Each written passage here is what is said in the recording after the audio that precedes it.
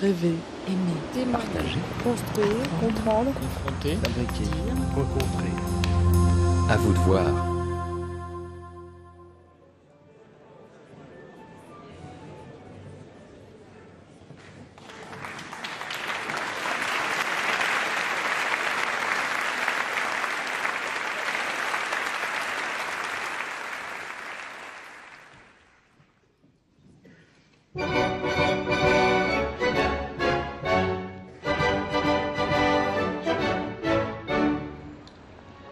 Ce soir-là, à Bordeaux, l'orchestre du Grand Théâtre attaque les premières notes de l'Élixir d'amour de Donizetti.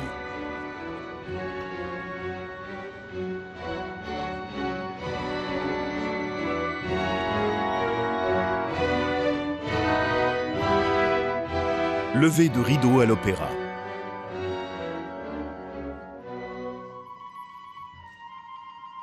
Le voile se lève, découvrant une forêt enchantée fortement colorée. Un grand pommier et des buissons occupent le lointain. Un gros rocher est placé à droite. Disséminées dans le public, certaines personnes portent des casques. Elles écoutent une voix qui leur décrit le spectacle, car elles sont déficientes visuelles. Les créatures de la forêt sortent progressivement de derrière les buissons et avancent de façon saccadée. Elles sont des têtes d'oiseaux et portent des jupettes ou des pantalons couverts de plumes. Ces personnages magiques qui remplacent les paysans de la version originale de l'opéra dansent, s'offrent des fleurs, se chamaillent gaiement. Ils forment le chœur qui vient chanter sa joie de se reposer à l'ombre après une dure journée de labeur.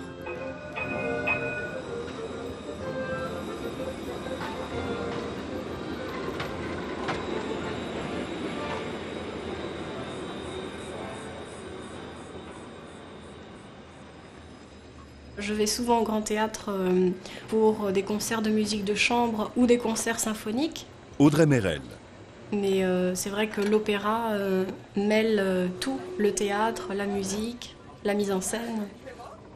Ce qui m'attire dans le théâtre, c'est que justement c'est le miroir de l'être humain, de la société. C'est la société qui se regarde elle-même. À 4 mois, j'ai perdu la vue presque totalement, donc considérons que je n'ai jamais vu. Alors j'ai construit ma perception du monde à partir des mots. Mes parents m'ont toujours lu beaucoup d'histoires et à partir du moment où j'ai commencé à apprendre à lire, j'ai tout de suite aimé les mots, je les trouvais magiques et je trouvais leur puissance extraordinaire, même si je ne le formulais pas quand j'étais enfant. Audrey, fascinée depuis toujours par les questionnements et les récits de sa mère, qui peint, s'est passionnée très tôt pour les beaux-arts. Licenciée en histoire, elle a animé des stages pour les enfants au musée de Bordeaux. Elle voudrait se spécialiser en médiation culturelle. Tout passe par les mots. L'art, c'est d'abord les mots, puisque sans les mots, sans la description, je pense même que les personnes qui voient normalement ne pourraient pas accéder aussi profondément à l'art et à l'émotion. Le chœur pousse Adina à continuer.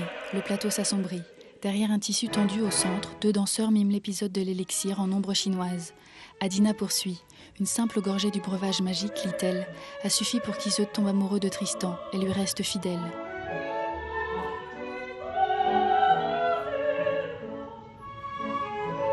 Le fait qu'on parle de tableau dans un opéra rappelle que chaque scène appelle une composition avec des personnages vivants, c'est vrai, un décor, des accessoires, des couleurs.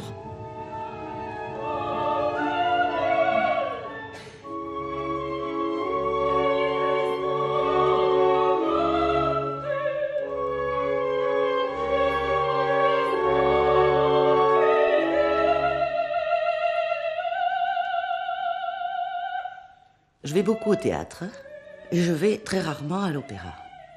Autrement, je vais au cinéma comme tout un chacun. Béatrix Alessandrini. En principe, je choisis des films où il y a beaucoup de texte, voyez. Béatrix anime la délégation bordelaise du groupement des intellectuels aveugles ou amblyopes. Ça fait 16 ans que je n'y vois plus du tout. Je ne vois même pas la lumière. Voilà, je suis l'aveugle total par excellence. j'y voyais très, très, très bien, il faut dire aussi, et que j'étais très observatrice. C'est un atout majeur quand ça vous arrive après de ne plus y voir parce que vous fonctionnez avec des souvenirs. À la périphérie de Bordeaux, le centre Alfred Perlong accueille de jeunes déficients visuels. J'écoute surtout du rock, en fait.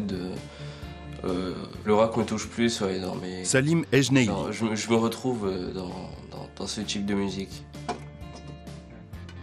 Salim, 15 ans, est en classe de 3e. Ce que j'aime bien dans l'opéra, c'est l'histoire. C'est bon qu'il y a quelque chose, que c'est pas que de la musique, qu'il y a quelque chose derrière. Et puis bon, de découvrir à chaque fois une histoire différente, la façon dont elle est interprétée.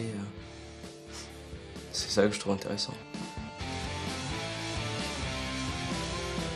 Quand je rentre chez moi, je connais beaucoup de gens qui mettent de la musique. Moi, non. Non. Dans la musique, c'est vous qui êtes à nu, c'est votre âme qui est à nu. C'est pas celle des autres tellement. Hein. Et comme j'aime bien le partage, moi, il faut qu'on me parle. Je mets les informations ou alors j'écoute des bouquins. Voilà.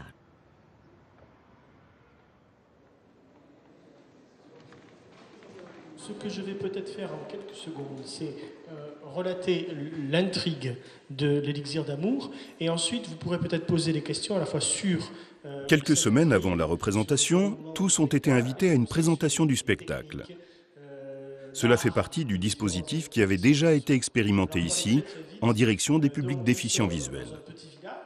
En effet, l'Opéra national de Bordeaux n'a pas attendu la mise en application de la loi sur l'égalité des chances qui doit rendre obligatoire l'accessibilité de la culture pour les personnes handicapées. Alors pour aller très très vite, donc nous sommes dans un petit village italien. C'est un petit village dans lequel il y a un fermier, un jeune garçon de ferme qui s'appelle Nemorino. Et Nemorino était éperdument amoureux d'une très belle jeune femme qui s'appelle Adina.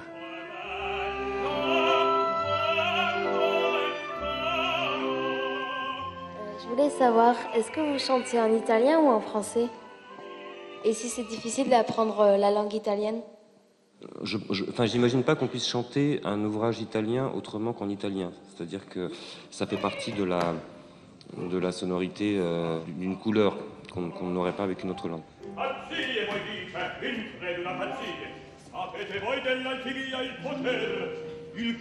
Comment vous faites pour organiser vos journées? Nous avons chacun nos habitudes pour l'apprentissage du rôle. Là, pour moi, j'avoue que je fais la plupart de mon travail entre les répétitions en marchant dans la ville. Je passe beaucoup de temps dans le théâtre, ce qui est merveilleux, et je trouve